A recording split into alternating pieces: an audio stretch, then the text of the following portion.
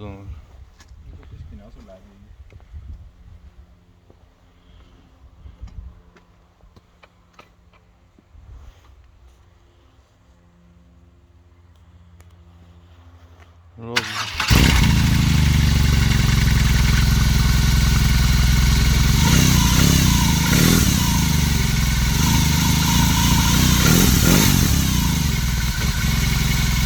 Lassen wir hin, lassen wir laufen.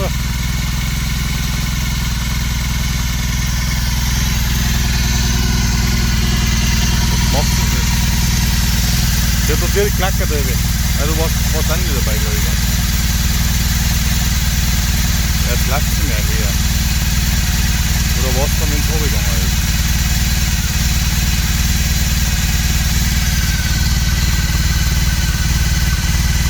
Das heißt, du nicht, bitte.